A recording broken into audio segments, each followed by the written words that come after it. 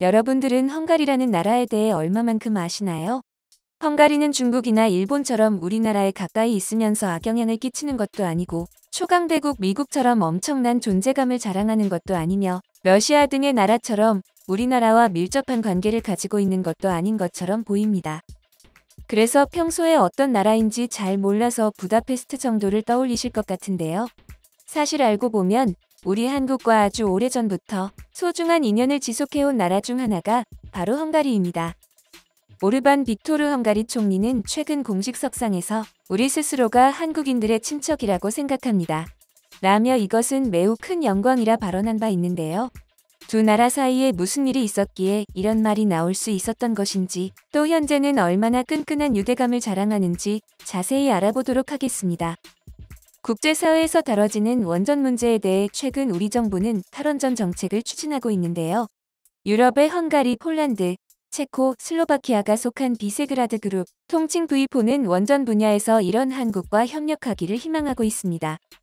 V4와 한국의 정상들이 대면한 자리에서 폴란드, 체코, 슬로바키아의 정상들이 한국의 친밀감과 기대감을 표했는데 특히 헝가리의 오르반 총리는 우리 스스로가 한국인들의 친척이라고 생각한다며 과감하게 애정을 과시했습니다.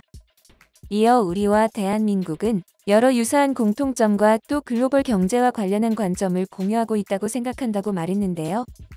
한국과 헝가리의 공통점이라니 문득 궁금해지는 발언인데요. 그저 친밀감을 드러내기 위한 빈말이 아니었을까 싶었지만 아니나 다를까 오르반 총리의 말대로 한국과 헝가리는 공통점을 공유하고 있었습니다. 한국과 헝가리는 여러 면에서 닮은 꼴입니다. 헝가리인은 마자르족으로 유럽에 살고 있는 아시아계 민족인데요. 민족적 시원도 우랄산 내계 남동부로 한민족의 시원인 바이카로 부근의 알타이 지방과 어깨를 맞대고 있죠. 마자르족은 고조선 부여의 후예였습니다. 한민족이 동방에서 출발하여 기원 후 895년 카르파티아 분지에 영구히 정착해 헝가리 왕국을 세웠던 것이죠. 이것이 바로 헝가리 총리가 한민족을 친척이라고 부를 수 있는 이유 중 하나입니다. 한편 헝가리는 한국과 마찬가지로 잦은 외침을 겪어온 나라입니다. 13세기에 몽고의 침입으로 인구의 60%가 감소하는 참화를 당했고 1526년 오스만 터키군에 대패한 후 150년간 터키의 지배를 받았었죠. 터키가 물러간 후 180여 년간은 오스트리아 합스부르크 왕가의 지배를 받았습니다. 1차 세계대전 패전 후 체결된 트리아논 조약으로 전 국토의 3분의 1을 상실하는 아픔을 겪었으며 1956년 헝가리 혁명의 실패로 25만여 명의 헝가리인들이 해외로 도피하기도 했죠. 이처럼 두 나라는 역사 속에서 어려움을 겪으면서도 특유의 저항 정신을 바탕으로 국가의 정체성을 유지하고 발전시켜 왔습니다. 헝가리인들은 민족의 정체성을 유지하기 위해 언어, 역사를 보존하고 자국 내에 거주하는 많은 이민족을 헝가리화시키는 과정을 통해 문화적 정체성을 유지해 왔는데요. 이 과정에서 아직도 아시아 민족으로서 간직하고 있는 문화 전통을 발견할 수 있습니다. 대표적인 예로 헝가리어는 우랄 알타이어족에 속하는 교차어이며 동양인들과 마찬가지로 성명에서 성을 먼저 씁니다. 연월일과 주소를 표기할 때도 서양과 달리 큰 개념을 먼저 쓰는 연, 월, 일과 국가, 도시, 거리명의 순서로 표기하죠. 또 헝가리 전통음악도 우리와 같이 5음계로 구성되어 있어 헝가리 전통음을 들으면 우리의 전통음악과 비슷한 분위기를 느낄 수 있습니다. 무엇보다도 한국과 헝가리는 비슷한 정신세계를 공유하고 있는데요. 우리가 수많은 외침과 어려움을 극복하면서 형성한 한이라는 민족적 정서가 있습니다. 이는 헝가리인이 가지고 있는 우울증과 비교되는 것인데요. 헝가리 영화 글루미 선데이가 한국에서 상당한 반향을 일으킨 것은 우연이 아니었을 겁니다. 이렇게 한국을 닮아 있는 헝가리는 과거 동구권 국가 중에서 유일하게 조선과 공식 관계를 맺은 국가로 1892년부터 그 인연이 시작되었습니다. 다만 당시 이중제국이라는 국채하에서 이루어진 통상조약이었기 때문에 공식 수교 년도는 1989년으로 보고 있긴 합니다. 2018년 9월부터 주한 헝가리 대사를 역임하고 있는 초모모세는 헝가리의 동양학자, 한국학자인데요. 그는 2008년에 헝가리 최초로 대학교에 한국학과 및 한국학과 과정을 설치한 인물입니다. 이후 석사과정, 박사과정을 차례로 설치하여 헝가리 내 한국학의 지평을 넓힌 인물이죠. 한국학과 학부 설치 후 한국학과 학과장을 지내기도 했는데요. 그가 주한 헝가리 대사가 되던 해 한 매체와의 인터뷰가 있었습니다. 이 인터뷰에서 그는 한국학과 학과장답게 유창한 한국어로 한국, 그리고 한국과 헝가리의 관계 등 모든 것을 망라하는 이야기들을 들려주었는데요. 헝가리 사람들은 최초로 아리랑, 백두산, 이순신 장군, 한글, 한민족의 이런 대표적인 심볼들을 최초로 알게 됐고 그래서 50년대 그 당시에 약간 한류의 그 first 이벤트가 있었고 또 2008년에 저기 한국 드라마 또한 한국 K-pop, 한국 대중문화 중심으로 이렇게 한류가 정말 시작됐습니다. 이렇게 얘기할 수 있었습니다.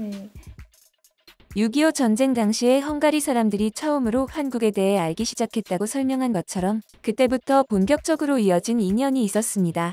당시에 헝가리가 대한민국에 물자를 지원했던 것입니다. 흥미로운 점은 헝가리가 사회주의 체제였다는 것이죠. 100년이 넘는 시간 속에서 한국과 헝가리는 훈훈한 분위기를 유지하고 교류하며 잘 지내왔습니다. 그러던 어느 날 불의의 사고가 터졌습니다. 헝가리 부다페스트 다뉴브 강에서 한국인 승객들을 태운 유람선이 크루즈 선박과 충돌하면서 침몰하고 만 것입니다. 이때 헝가리 정부는 아낌없이 잠수부와 의료진 200여 명을 파견했고 어떻게든 사람들을 구조하려고 했죠. 오르반 총리는 물리적인 구조뿐 아니라 온 마음을 다해 성심껏 돕겠다고 말했는데요. 정말 안타깝게도 유람선에 타 있던 한국인 25명, 헝가리인 2명이 목숨을 잃고 한국인 1명은 실종되고 말았습니다. 말로 다 할 수 없을 만큼 애석하고 통탄스러운 사태에 헝가리 정부와 국민들도 함께 슬퍼하고 또 떠나간 이들을 향해 애도를 표했습니다. 헝가리의 대통령과 총리, 부다페스트 시장 등 주요 인사들이 매체와의 인터뷰 등에서 조의를 표하고 헝가리 정부 홈페이지에도 헝가리 대통령이 대한민국 정부의 철저한 조사를 약속하면서 애도와 위로를 전하는 메시지가 게시되었죠. 거기서 끝내지 않고 세르비아 정부와 협력해 하류 쪽에서 실종자 수색 작업에 나섰죠. 정부 차원에서 각고의 노력이 계속되는 가운데 사고 지역에서는 추모의 물결이 일었는데요. 한 헝가리 시민이 SNS에 주헝가리 한국 대사관 앞에서 흰 꽃과 촛불로 추모식을 하자고 제안했는데 이것이 큰 호응을 받았습니다. 추모식은 실제로 진행되었고 많은 헝가리인들이 참석했으며 추모시가 헌사되는 등 모두가 피해를 입은 한국인들을 향해 안타까움과 미안함을 표시했습니다. 비록 가슴이 미어지는 일이었지만 이를 통해 헝가리 사람들이 한국을 얼마나 끔찍하게 생각하는지 알 수 있었는데요. 헝가리가 한국을 좋아한다는 것은 국제사회에서 유명한 사실인데 헝가리는 더욱 적극적으로 그것을 티내고 싶어 합니다. 그 일례로 최근에는 헝가리로부터 110년 전 한국의 독립을 내다본 헝가리 신부의 수기를 선물받았습니다. 1902년 헝가리인 최초로 우종 황제를 아련한 것으로 알려진 벌비테르 신부가 남긴 일기와 저서를 헝가리로부터 전달받은 것인데요. 기록물에서 일본에 관한 부분을 잠시 살펴보면 그의 통찰력이 아주 가공할 만한 것이었다는 것을 알 수 있습니다. 일본의 지배와 엄격한 통제에도 불구하고 그들은 한국에 대해 영원한 지배를 존속시킬 수 없을 것이다. 한국인들은 일본의 침략자들보다 우수하다. 한국은 다시 주권을 찾을 것이다. 등 한국의 독립을 예견한 대목이 보이죠. 끝으로 세상의 무대는 대서양이 아니라 태평양 연안 지역으로 옮겨질 것이라며 그때는 아시아와 미국, 캐나다와 시베리아가 핵심적 역할을 할 것이다. 나는 한국과 한국민이 미래의 핵심적인 역할을 할 것이라는 사실을 항상 믿어 의심치 않는다라고 남겼는데요. 여기서 끝이 아니었습니다. 한반도 동쪽 바다를 소동해라고 명시한 고지도도 전달받은 것인데요. 1730년 유럽에서 제작된 이 지도는 18세기 유럽에서도 동해를 한국에 속한 동쪽 바다로 인식하고 있다는 점을 보여주죠. 이 지도의 경우 1739년 판이 가장 많지만 헝가리 국가기록원이 한국에 전달한 지도는 1730년 판으로 희귀한 초기본입니다. 이것이 시사하는 바가 무척 큰데요. 모두가 아시다시피 한국과 일본은 영토 문제로 기나긴 싸움을 지속해오고 있습니다. 영토 분쟁 문제는 매우 민감해서 아무리 호의적인 나라라도 어지간해서는 간섭하지 않고 물론 둘 중 한쪽의 편을 들어주는 경우도 거의 없다시피 합니다. 그런데 헝가리가 공개적인 자리에서 아주 대놓고 그곳은 한국의 땅이 맞다고 한국의 편을 들어준 것이었습니다. 심지어 이것은 과거 아시아 국가 중에서는 거의 유일하게 서구권에 영향을 미쳐온 일본의 정면으로 반하는 행동인 것인데요. 이에 일본이 반발하리라는 것을 헝가리 정부가 모를 리가 없습니다. 그럼에도 불구하고 사실을 바로잡기 위해 당당히 나서준 것이었습니다. 헝가리와 뿌리를 공유하는 만큼 한국은 헝가리의 사랑을 듬뿍 받고 있는데요. 그렇다고 한국이 마냥 받기만 하는 것은 아닙니다. 한국은 입었던 은혜를 결코 저버리는 법이 없는 나라입니다. 우리가 받은 만큼 헝가리에게 되돌려줄 날이 언젠가 올 것입니다. 지난 2019년 양국은 수교 30주년을 맞았는데요. 앞으로도 서로에게 우호적인 관계를 유지하며 함께 발전을 도모했으면 좋겠습니다.